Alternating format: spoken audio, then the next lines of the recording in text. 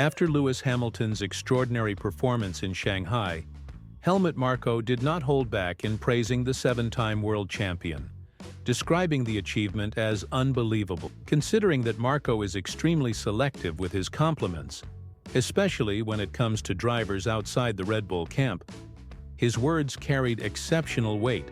It may sound surprising, but that is exactly what happened. Shortly after Hamilton secured the pole position in the sprint of the Chinese Grand Prix, his first pole as a Ferrari driver, and the first in nearly 2 seasons, he completed a clinical lap that edged Max Verstappen by 0.018 seconds, a margin so minimal yet enough to catch Marko's attention, who remarked, "Congratulations to Hamilton for, in his second race, achieving the pole position," emphasizing that the qualifying session was contested against an exceptional driver, making the feat all the more remarkable. This external validation has an enormous psychological impact. Following the criticism from commentators and even some supporters after the Australian Grand Prix, moments like these reshape the narrative. When even rivals begin to recognize his performance, it is clear that he not only met, but completely exceeded expectations. However, Hamilton's fastest lap goes beyond merely securing pole position. First of all, the lap time of 1 minute and 30.849 seconds was not just fast, it was historic. Hamilton not only outpaced Max Verstappen by the slimmest margin, but he also broke the lap record previously held by Sebastian Vettel, who set it during the qualifying session of the Chinese Grand Prix in 2018 while driving for Ferrari. Even more importantly, Hamilton rewrote Vettel's record at Ferrari, a rare irony in Formula One. A 7-time world champion joining a team where Vettel once reigned, and in only his second qualifying session with them, changing the team's history. This moment is full of symbolism. Vettel is one of Ferrari's more recent icons, having nearly delivered a title, and for Hamilton to don the red and surpass the benchmark set by Vettel demonstrates not only speed, but a remarkable legacy. It was not a stroke of luck. There were no safety car periods, no altered track conditions, nor tire troubles, just a clean, dry circuit and pure pace. Hamilton's lap was clinical, calculated and confident, a performance reminiscent of his days with Mercedes, leaving no doubt that if anyone had doubted his spark, this display was the answer, reaching 330 kilometers per hour. Formula One is truly astonishing. If 2 weeks ago, someone had told me that Lewis Hamilton would go from being labeled irritable on the radio to laughing over San Diego codes with his new engineer, it would have sounded like something from an alternate timeline. Yet here we are, following the Australian Grand Prix.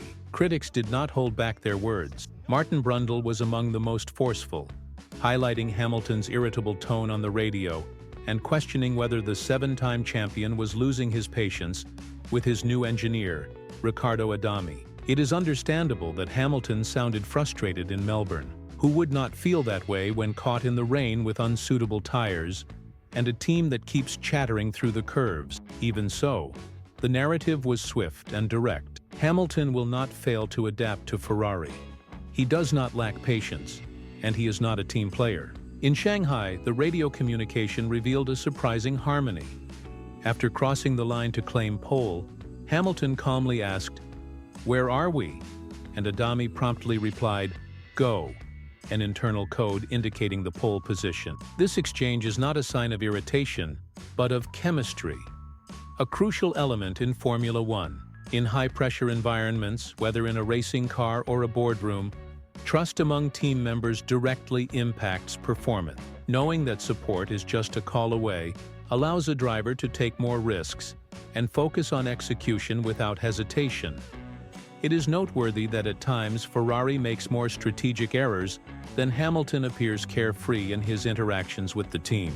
This time, however, everything fell into place. The communication was clear, and Hamilton sounded like a driver who had finally found his rhythm in red.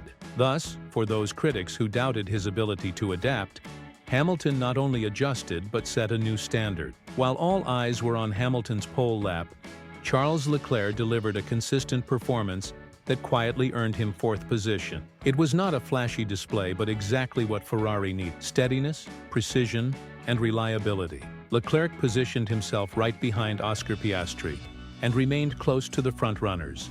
In a season where every tenth of a second matters and the margins are extremely slim, Leclerc's calm under pressure has proven invaluable. After Melbourne, Ferrari did not need to reinvent the strategy.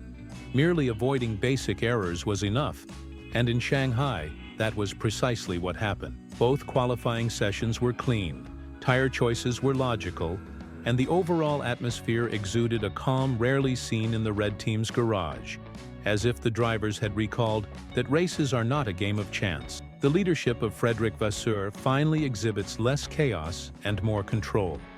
With the weekend just beginning, Ferrari is already making an impactful statement this year. The two red cars now appear genuinely competitive, signaling an important turnaround. Having Hamilton on pole is exciting, but seeing him in first and Leclerc in fourth gives Ferrari the strategic flexibility that had been missing. If one car falters, the other can still fight. If both are in form, the team can pressure both Red Bull and McLaren. This contrasts with Red Bull, where Max Verstappen flies solo and Liam Lawson posts significantly slower times. Ferrari, on the other hand, now has two drivers giving their best, a crucial element for a championship-caliber team. The message from Shanghai goes beyond Hamilton's pole. It represents a rebirth for Ferrari after the strategic errors in Australia. That qualifying session acted as a much-needed restart.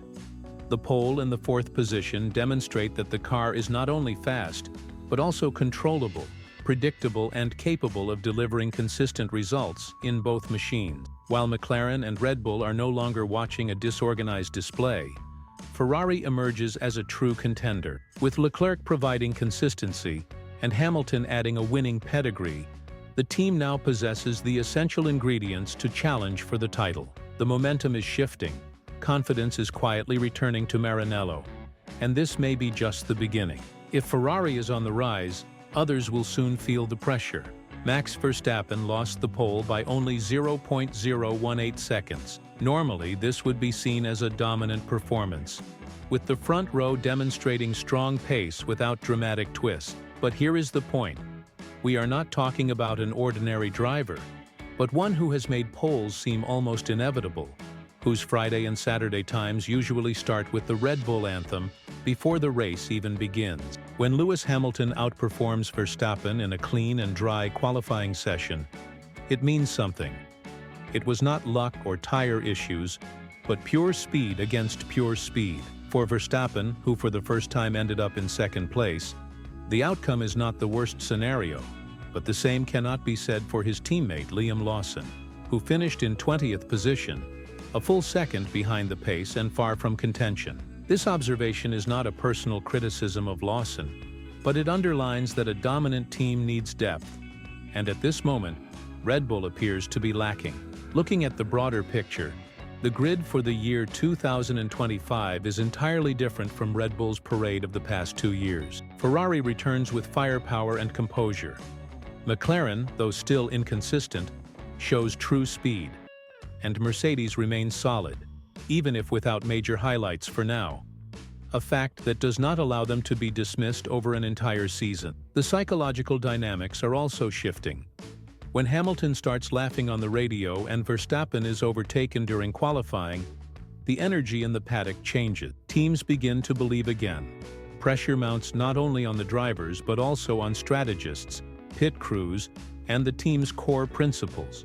Not to mention how rare it is for Helmut Marko to publicly praise someone from Ferrari, especially when Red Bull executives acknowledge the threat posed. This story is not just about Hamilton's pole. It is a turning point for Hamilton himself, for Ferrari, and for the narrative of the championship in the year 2025. Ferrari did not rely on luck, nor did it take risks with tire choices or benefit from others' misfortunes. It went to Shanghai, placed both cars among the top 4, executed its strategy flawlessly, and outperformed Red Bull in a head-to-head battle. For years, we wondered if Ferrari would be able to overcome its own strategic mistakes, and if Hamilton still had the spark to lead. This weekend has provided answers. Hamilton broke Vettel's lap record, outpaced Max Verstappen on pole, and something tells me this is only the beginning. Regardless of what the future holds, we are certainly in for an exciting journey.